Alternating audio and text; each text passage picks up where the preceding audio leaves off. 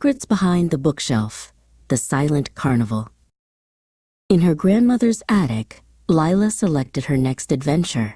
The book's cover showed a dazzling carnival, but its title, The Silent Carnival, was written in quiet, silvery letters. When she opened it, there was no sound, only a puff of confetti-scented air and a gentle pull into a world of absolute silence. Lila found herself at the entrance to a magnificent carnival. Bright lights flashed on a towering Ferris wheel, and rides were paused at the peak of their motion. But everything was frozen and eerily quiet. A juggler's clubs hung in mid-air, and a carousel horse was stopped mid-leap. It was a perfect picture of joy, trapped in glass. She walked past rows of motionless people holding popcorn and candy apples. On a small stage, a magician was frozen mid-trick, a white rabbit peeking from his hat. High above, a tightrope walker was balanced perfectly on a wire, her parasol held steady against a wind that wasn't blowing. Lila felt like she was the only real person in a world of statues. In the heart of the carnival stood the grand carousel, and beside it, the ringmaster. He was frozen with one hand outstretched in a grand welcome. In his other hand, he clutched a beautiful, ornate music box.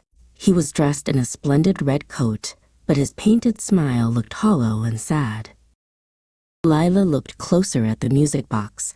A tiny golden plaque bore an inscription, "Where laughter echoes, the music sleeps." A riddle.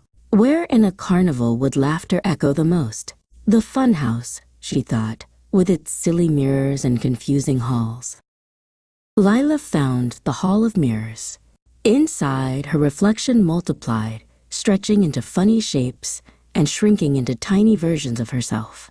It was strange to be in a funhouse with no sounds of giggles or shouts of surprise, only the soft sound of her own footsteps on the wooden floor. At the center of the maze was a circular room.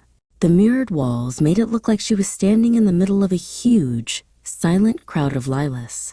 There, on a small pedestal in the very middle of the room, sat a single, gleaming silver key.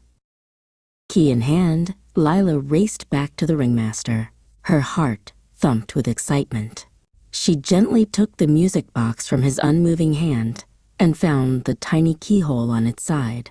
With a steady hand, she pushed the key in. It was a perfect fit. Lila turned the key. A gentle, tinkling melody began to play, growing stronger with each note. As the music swelled, a wave of life washed over the carnival. The carousel began to turn, the jugglers' clubs flew, and the air filled with laughter and happy shouts. The ringmaster blinked, and his painted smile turned into a real one as he tipped his hat to Lila. As the happy sounds of the carnival filled the air, the familiar misty light began to swirl around Lila's feet. "Thank you for bringing back our joy," the ringmaster called out. Lila waved goodbye as the lively carnival faded, and she was back in the attic, the faint, happy melody still echoing in her ears.